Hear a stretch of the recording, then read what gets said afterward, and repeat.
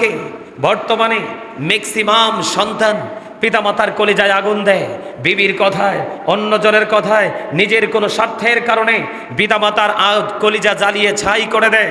অথচ আল্লাহর হাবিব বলে দিয়েছেন, পিতা যদি তোমাকে সমস্ত সম্পত্তি থেকেও যদি তোমার বাবা তোমাকে বঞ্চিত করে দেয়, সমস্ত স্থাবর অস্থাবর সম্পত্তি থেকে যদি পিতা মাতা তোমাকে বঞ্চিত করে দেয়, তারপরও তোমরা তাদের অবাধ্য হইও না, কারণ বাবা মাকে ভালোবাসা ফরজ, তাদের সাথে উত্তম আচরণ করা ফরজ, তাদেরকে সর্বোচ্চ অ্যাকসেপ্টেবল পারসন হিসাবে তাদেরকে গ্রহণ করে নেওয়া এটা তোমার জন্য ফরজ, আর তাদের অবাধ্য হওয়া, তাদেরকে কষ্ট দেওয়া টোটাল হারাম। আওয়াজ তুলে বলেন নাউজুবিল্লাহ, আর জোরে বলেন নাউজুবিল্লাহ। আপনারা বলেন এখনকার ছেলে মেয়েরা কি বাবা মাকে সুখে রাখে?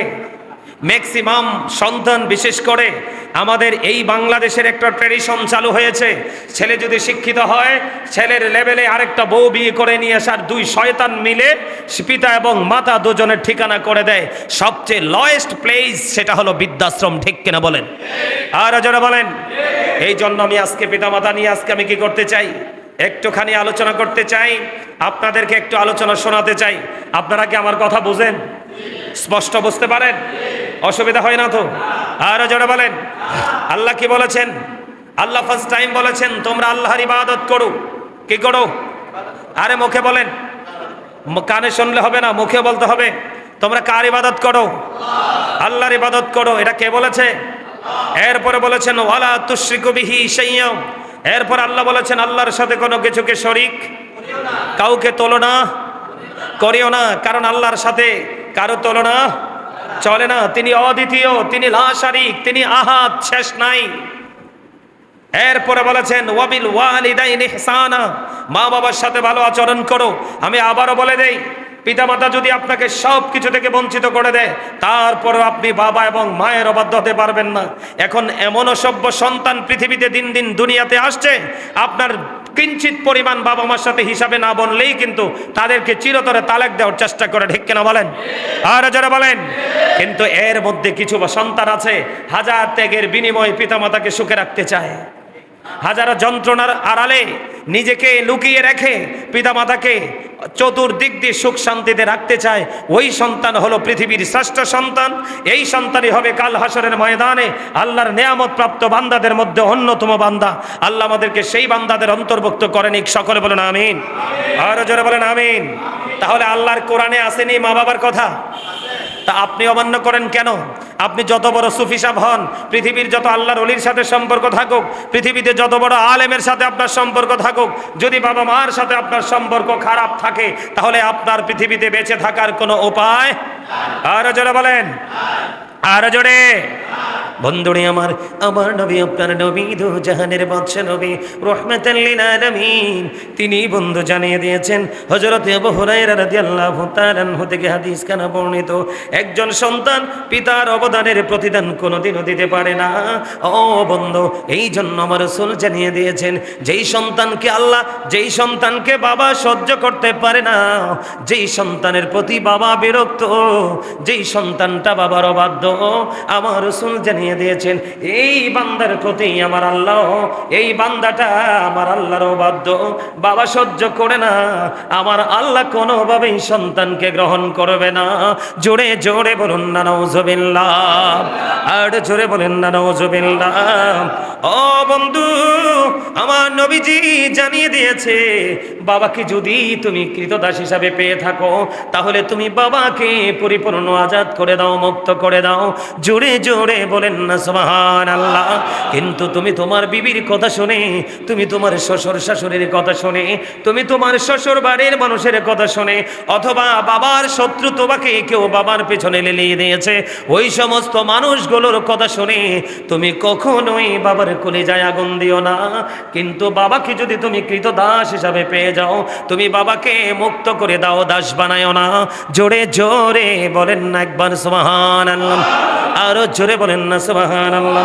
বন্ধুরে আমার, এই জন্য আমি আপনাদেরকে বলে দিতে চাই, আমার রাসূল বলে দিলেন হতভাগা সে।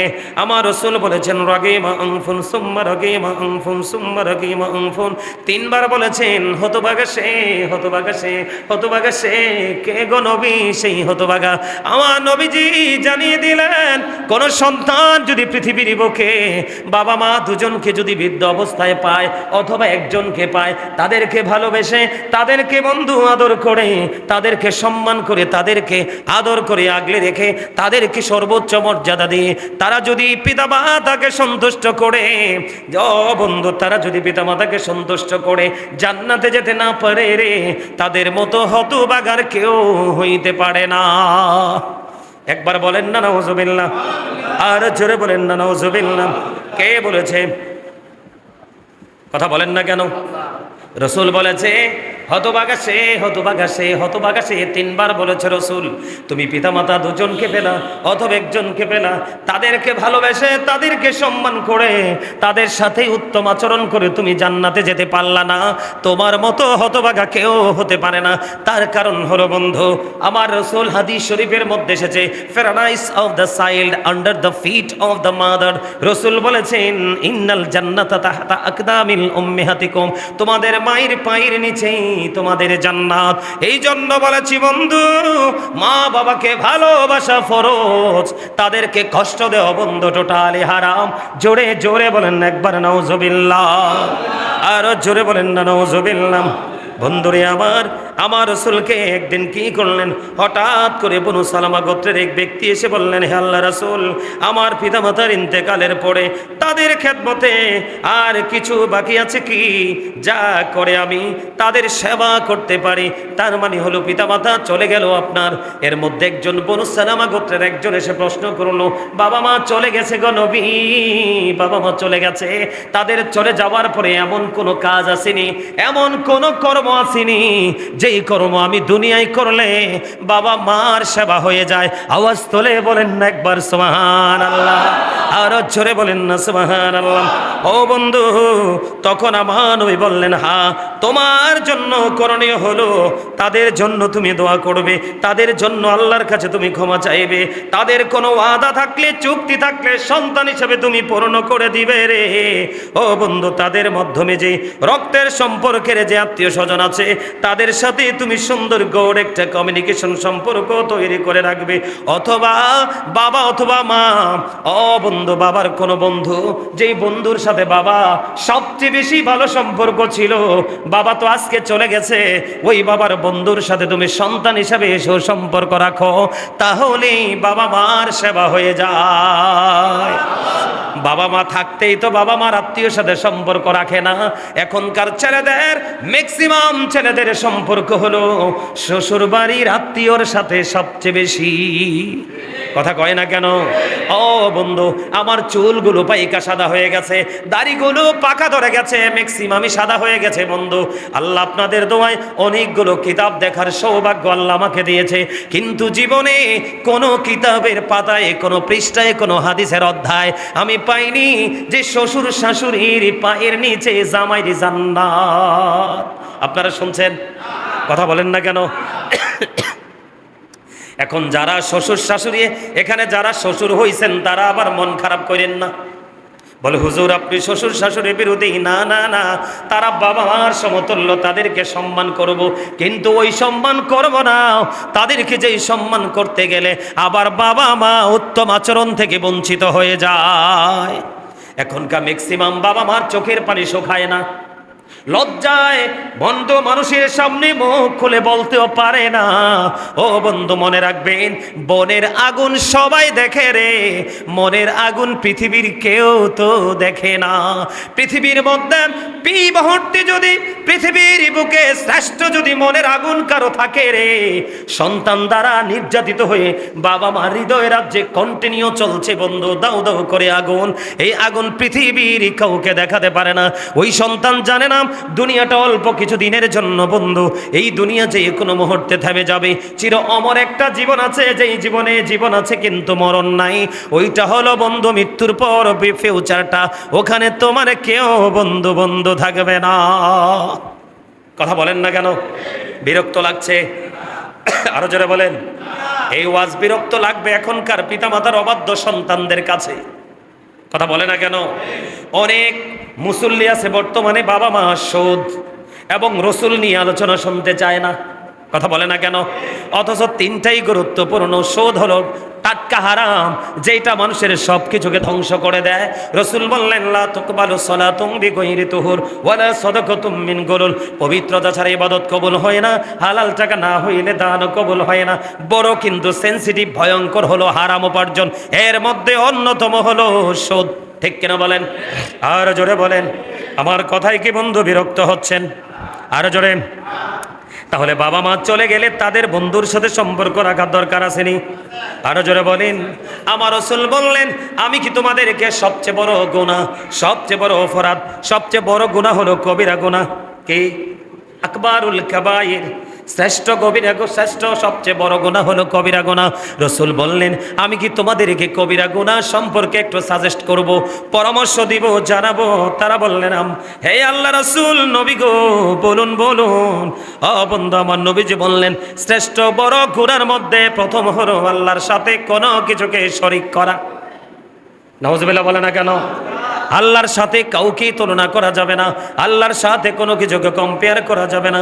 ও বন্ধু, ওই যে আমি শুরুতেই বলেছিলাম আবুদুল্লাহ, কোরআন থেকে বলেছি আল্লাহর ইবাদত করো। হাদিস শরীফের মধ্যে আয়েশা দেখলাম আমার রাসূল বললেন, আল্লাহর সাথে কোনো কিছুকে কি করিও না, শরীক করিও না। এটা বড় ধরনের গুনাহ, বড় ধরনের অপরাধ।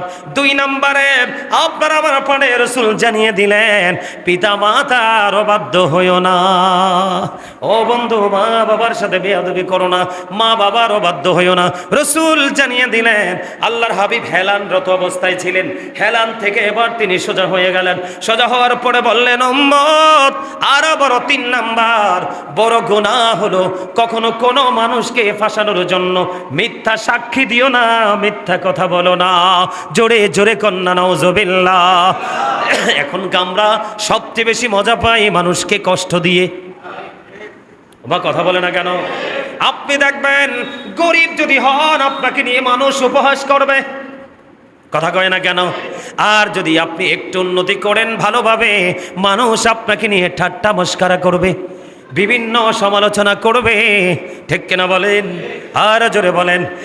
আর আপনাকে পাশানোর জন্য সমাজের নিকৃষ্ট মানুষগুলোকে ঢাল হিসাবে ব্যবহার করা হবে, কারণ আপনাকে নিয়ে সালিশ বসাইতে পারলেই কিন্তু জরিমানা নেওয়া যায়। আমার কথা কয় না? নেওয়া যায় কি যায় না? এই জন্য বলে দিলাম, আল্লাহর সাথে শরীক করিও না, মা বাবার কোলে যায় আগুন দিও না, এবং মিথ্যা কথা বলো না, মিথ্যা সাক্ষী দিও না। আজকে আমি আমার মুসল্লিগুলোকে, ভাই বাবাদেরকে, মা বোনদেরকে বলবো, পর্দার অন্তরাল রেখে শুনে রাখো, যেই নারী বা পুরুষ মিথ্যা কথা বলে, আপনি মনে করবেন যার কাছে মিথ্যা আছে তার কাছে সব পাপ আছে। কারণ মা যেমন সন্তান জন্ম দেয়, ও বন্ধু, মিথ্যা তেমন সকল পাপের জন্মদাতা। জোরে জোরে কন্যা নাউজুবিল্লাহ। যার কাছে মিথ্যা আছে তার কাছে সকল পাপ আছে। জোরে জোরে বলেন না একবার নাউজুবিল্লাহ, আর জোরে বলেন না নাউজুবিল্লাহ। বন্ধুরে আমার, মা বাবার অবাধ্য হইও না। আল্লাহর হাবিব বলেছেন, আব্দুল্লাহ ইবনে ওমর রাদিয়াল্লাহু তাআলা আনহু থেকে বর্ণিত, আমার আপনার প্রাণের রাসূল তিনি বন্ধু ইরশাদ করেছেন, পিতার সন্তুষ্টির মাধ্যমে আল্লাহর সন্তুষ্টি রয়েছে, পিতার অসন্তুষ্টির মাধ্যমে আল্লাহর অসন্তুষ্টি হয়ে যায়। জোরে জোরে কন্যা নাউজুবিল্লাহ। তার মানে বাবাকে খুশি রাখতে হবে। কি রাখতে হবে? বাবাকে কেমন খুশি রাখতে হবে জানেননি? আপনার আমার প্রাণের রাসূলের কাছে একজন দরখাস্ত নিয়ে গেলেন, ইয়া রাসূলুল্লাহ, ইয়া হাবিবাল্লাহ, নবী গো, ও প্রাণের নবী, রাসূল গো, আমার বাবা আমার সম্পত্তিগুলো নিজের মতো করে খরচ করতে চায়। খেয়াল করেন, মানে টাকা কামাই করছে কে? ছেলে। টাকা উপার্জন করেছে কে? সন্তান। ও বন্ধু, রাসূলের কাছে নালিশ নিয়ে গেছে, নবী, নবী গো, ও প্রাণের নবী গো, আমার উপার্জিত সম্পদ আমার বাবা নিজের মতো করে খরচ করে গো নবী, আমি কি করব? এবার আমার আপনার প্রাণের রাসূল তিনি জানিয়ে দিলেন, শুধু তোমার সম্পদ নয়, শুধু তোমার সম্পদ না রে, তুমি নিজেও তোমার বাবার সম্পদ। বাবা যেইভাবে চায় ঠিক সেইভাবে তোমাকে পথ চলতে হবে। কখনো কোনো ধরনের কোনো অজুহাত দাঁড় করাতে পারবা না। এখন বাবা তো বুড়া হয়ে গেছে, তুমি তো বড় জোয়ান, তাগড়া জোয়ান হয়েছো, শক্তিশালী যুবক। ও বন্ধু, তুমি কিন্তু বাবার অবাধ্য হতে পারবা, কিন্তু তোমার জীবনে কোনো জায়গায় তুমি সফল হতে পারবা না। ওমা, আপনি এসপি সাহেবকে জিজ্ঞেস করেন, ডিসি কে জিজ্ঞেস করেন, আমার মতো এরকম বড় বড় আলোচকদেরকে জিজ্ঞেস করেন, বাংলাদেশের সূর্য সন্তান যাদেরকে বলা হয় তাদেরকে গিয়ে প্রশ্ন করেন তোমার এই বড় হওয়ার পেছনে সবচেয়ে বড় কারণ কি? তিনি ফার্স্ট টাইম বলবে আমার মা বাবার দোয়া। যেই সন্তানকে বাবা মা দোয়া করে না, এই সন্তান জীবনে টাকাওয়ালা হতে পারে, চুরিদারি করে, ডাকাতি করে, কিন্তু সুখী হতে পারে না। আর যেই সন্তানকে বাবা মা প্রাণ ভরে দোয়া করে যায়, দেখবেন বাবা মার একটা দোয়া বেশি মজার হয়, সে একটা দোয়া দেখবেন কমন, এটা যুগ যুগ ধরে থাকবে। বাবা মা যখন বেশি খুশি হবে দেখবেন বলবে আল্লাহ তোমাকে দুধ ভাতে খাওয়াক। কথা বলে না কেন? দুধ ভাত কি ঠান্ডা না গরম? কথা কয় না কেন? দুধ ভাত ঠান্ডা, এটা খাইলে কি হয়? শারীরিকভাবে এনার্জি হয়, মানসিক প্রশান্তি আসে, এটার মধ্যে কোনো ধরনের কোনো সাইড এফেক্ট নাই, আছে নাই? আল্লাহ রসুল বলেছেন তোমরা পশুর গোস্ত কম খাও, দুধ বেশি করে খাও, কারণ পশুর বডিতে যত ইনজেকশন দেওয়া হয়, অসুস্থ হলে যত ট্যাবলেট দেওয়া হয়, সবগুলো ট্যাবলেট থাকে বডিতে, গোস্ততে। আর পশুর যে দুধ উৎপাদন হয় এটা হয় সবুজ শ্যামল ঘাস থেকে। এই জন্য রসুল বলছে গাধার মতো গোস্ত দেখলে গামলা নিয়ে পড়ো না, দুধ একটু হলো বেশি বেশি পান করো। জোরে কান সুবহানাল্লাহ, আর জোরে, আর জোরে। খবরটা কি মজা লাগছে না? এখন গরুর গোস্ত প্রেমিক যারা, তারা তো বৌমা হুজুর দি ডেঞ্জারাস। কথা কয় না কেন? কবে আমরা গোস্ত খাইতে নিষেধ করে। দেখবেন আমি ভুল বলি না কিছু। সম্মানিত উপস্থিতি, আপনি যখন অসুস্থ হয়ে ডাক্তারের কাছে যাবেন, ফার্স্ট টাইম আপনাকে কিন্তু গরুর গোস্ত বারণ করে দিবে। কথা বলে না কেন? আরে জোরে। আপনি শারীরিকভাবে উইক, দুর্বল, আপনাকে দিবে বাচ্চা, মুরগির বাচ্চা খাও, দুধ খাও, মুরগির ডিম খাও। কথা বলে না কেন? এগুলো বুঝতে হবে। শুধু ওয়াজকে ওয়াজ হিসাবে আপনি গ্রহণ করলে হবে না, আপনার জীবনের লাইফ স্টাইলকে চেঞ্জ করার জন্য মডেল হিসাবে যদি গ্রহণ করতে পারেন, তাহলে অবশ্যই আপনার ফিউচার ব্রাইটনেস হয়ে যাবে। আল্লাহ আমাদেরকে ব্রাইট করে দেখ। জোরে বলেন আমিন, আর জোরে বলেন আমিন, আর জোরে বলেন আমিন। আমার কথাকে বুঝতে পেরেছেন? কথা বলে না কেন? ও বন্ধু, প্রত্যেক অপরাধ আল্লাহ চাইলে ক্ষমা করে দেয়। ও বন্ধু, আল্লাহ রাব্বুল আলামিন পিতামাতার অবাধ্য সন্তানকে ক্ষমা করে না। জোরে কন্যা নাউজুবিল্লাহ। আল্লাহ চাইলে আপনার জীবনের সবগুলো গুনাহ বন্ধু মাফ করে দিবি, কিন্তু পিতামাতার অবাধ্য সন্তান, তাকে আমার আল্লাহ বন্ধু ক্ষমা করবে না। জোরে জোরে কন্যা নাউজুবিল্লাহ। ও বন্ধু, সেই দুনিয়াতে অশান্তি ভোগ করবে, আর তার ফাইনাল সাজা শুরু হয়ে যাবে মৃত্যুর পরে। এখানে একটা বিষয় আছে, আপনি দুনিয়াতে যত কষ্ট পাবেন, আপনার ফসল পড়ে যাবে, বাড়ি বন্ধু ভেঙে যাবে, আপনার শারীরিকভাবে আপনি অসুস্থ হয়ে যাবেন, আপনার ব্যবসার মধ্যে ধস নামবে, এই সব কিছুর বিনিময়ে বন্ধু মৃত্যুর আগে আপনার মৃত্যুর একটু যন্ত্রণা বেড়ে যাবে। এই সব কিছুর বিনিময়ে আপনার জীবনের গুনাহগুলো মাফ হয়ে যাবে রে। বুখারী শরীফের হাদিস বন্ধু। কিন্তু বাবা মার সাথে বেয়াদবি করেছো, বাবা মার কলিজায় তুমি আগুন দিয়েছ, এই অপরাধ দুনিয়ার কোনো কিছুর বিনিময়ে ক্ষমার যোগ্য নয়। দুনিয়াতে তুমি যন্ত্রণা ভোগ করবে, পৃথিবীর কোনো আল্লাহর ওলির দোয়া তোমার দরবারে কবুল হবে না। আপনি যদি হক্কানি কোনো আল্লাহর ওলি চিনার একটা উপায় হলো, আপনি যখন কোনো আল্লাহর ওলির কাছে বায়াত হতে যাবেন, অথবা কোনো হক্কানি আলেমের সাথে প্রেমের ডোরি লাগাবেন, উনি আগেই বলবে আপনার বাবা মার সাথে সুসম্পর্ক আছে কিনা। যদি বাবা মার সাথে সম্পর্ক ভালো না থাকে, তাহলে আপনি আমার সাথে সম্পর্ক করে কোনো লাভ হবে না। খারাপ লাগতেছে? আরো জোরে, আরো জোরে। আরে খারাপ লাগলে কিছু করার নাই, হক কথা কইতে হইব। রসুল কইছে আল হাক্কু মুররুন, হক কথা তিতা। কি? আর আল্লাহ কোরআনে বলছে অকৌলু কাউলান সাদিদা। হাফেজ সাহেব আসেনিও? আছে? আমরা হাফেজ সাহেব কইছে আছে, আমিও পড়ছি আছে। তো হাফেজ সাহেবের তো পুরাটা মুখস্থ, এই জন্য মাঝে মাঝে হাফেজ সাহেবরা পাইলে আমার একটু সুবিধা হয়। আলহামদুলিল্লাহ কন, আরে জোরে। আর রাসূল কয় কি হক কথা তিতা। কথা কয় না কেন?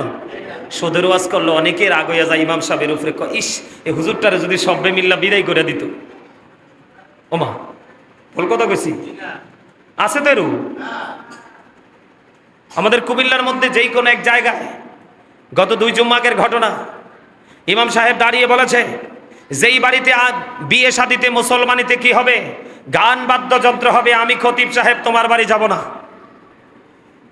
তো এই ঘটনাকে কেন্দ্র করে এক মুসল্লি ফজরের সময় আসছে ইমাম সাহেবকে মেরে ফেলার জন্য। ওমা নাউজুবিল্লাহ কয় না দি, দরজা লাথি মারছে হুজরাখানা। আপনার ঘরে এক প্লেট খাওয়ার জন্য কোন ইমাম সাহেব ইমান বিক্রি করবে না। ইমাম তিনি হয় যিনি আল্লাহ রসুলের সাথে প্রেমের ডুরি লাগাতে পারে। এই জায়গায় আল্লাহ সবাইকে কবুল করে না। কথা কয় না কেন? কি বল বললাম? আরো জোরে। তো ইমাম সাহেব কি ভুল কথা বলছে? আরো জোরে। এডি আপনি মানেন বা না মানেন শুনতে হবে। আজকে মানেন না তো কি হয়েছে, গায়ে জোর আছে তো। আজকে কিন্তু ঠেলা দিয়ে ওয়াল ভাঙতে পারেন, কালকে ভাঙতে পারবেন না মেশিন দিয়েও। এদিন কিন্তু আপনার মন চাইবে মানতে। আরে হুজুর তো এত বছর আগে ওয়াজটা করছিল, এত বছর যাক মানছি না, আজকে থেকে মানি। কথাটা এরকম না?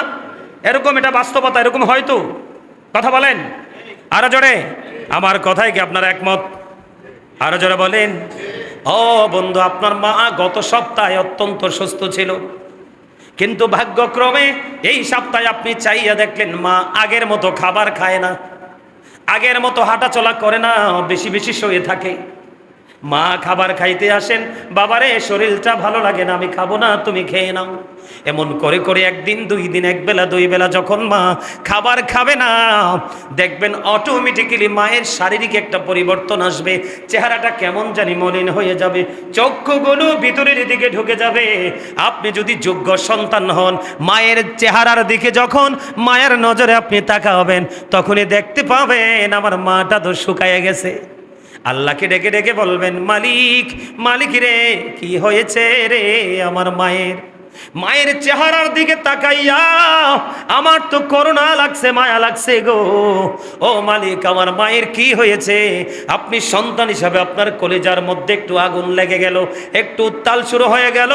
আল্লাহ রাব্বুল আলামিন বললেন, বান্দারে, তুমি তো মায়ের দিকে মায়ার নজরে তাকিয়ে আমি আল্লাহকে একটা ডাক দিয়েছো।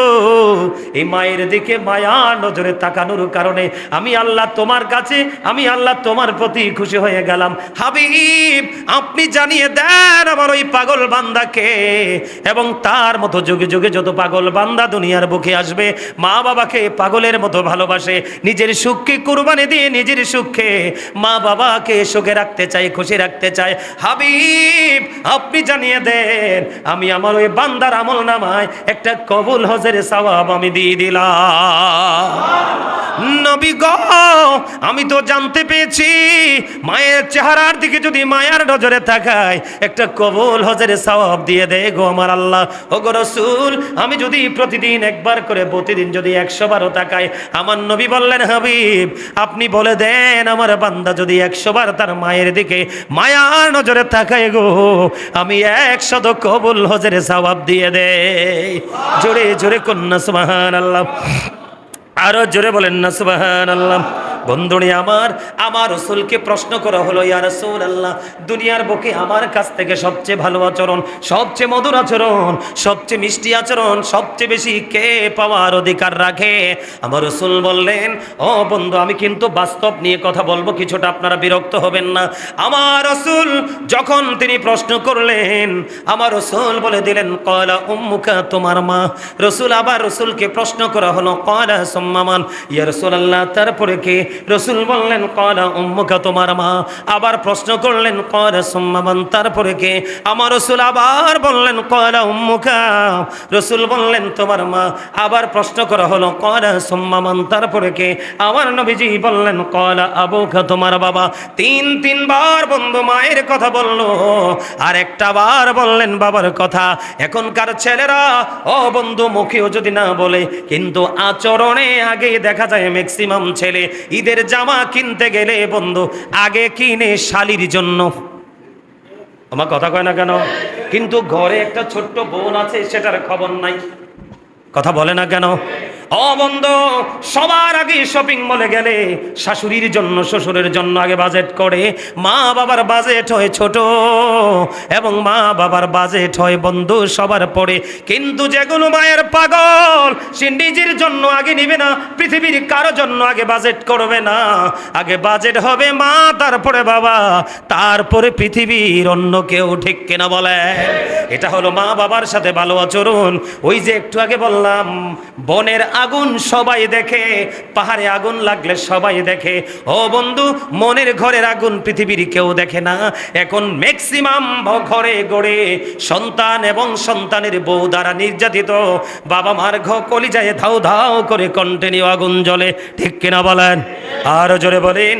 নাস্তা পর্যন্ত আনলে বন্ধু মানি দেখে ফেলে লুকাইয়া বউর হাতে দেয়। আমি বলছি না বিবিকে দেখা যাবে না, বিবি তোমার অর্ধাঙ্গিনী, তাকে তুমি দিবে, কোনো বন্ধু সমস্যা নাই, কিন্তু মা দেখলে কখনোই কৃপণ হবে না। সন্তান সুখে থাকুক, বউ নায়নাত করে নিয়ে সুখে থাকুক। হ্যাঁ, আমি মানছি কিছু মা ব্যতিক্রম আছে, তাকে তুমি বুঝিয়ে রাখতে পারলে তুমি যোগ্য সন্তান। কথা বলে না কেন? মনে রাখবেন, বেয়াদব সবাই হতে পারে, কিন্তু ভদ্র হতে পারে না সবাই। কথা বলেন, ভদ্র কি সবাই হতে পারে? মা বাবার সাথে বেয়াদবি করাটা ইজি, কিন্তু বাবা মার মন জুগিয়ে চলা ভেরি ডিফিকাল্ট। কথা বলেন না কেন? আমার কথা কি আপনারা বুঝতে পেরেছেন? আর জোরে বলেন, বুঝতে পেরেছেন? এই জন্য বন্ধু আমি আপনাদেরকে বলে দিতে চাই, এদিকে তাকান, মা বাবার মর্যাদা বেশি। কতটা বেশি মা বাবার মর্যাদা বন্ধু? আমার রাসূলকে প্রশ্ন করা হলো, ইয়া রাসূলুল্লাহ, ইয়া হাবিবাল্লাহ, আমার বিবির সাথে আমার মায়ের সম্পর্কটা কি হচ্ছে না? মধুর হচ্ছে না, প্রেমময় হচ্ছে না, জোড়া লাগছে না। বাবা মার সাথে ও বন্ধু আমার বউ মিশছে না, মায়ের সাথে সম্পর্ক ভালো না।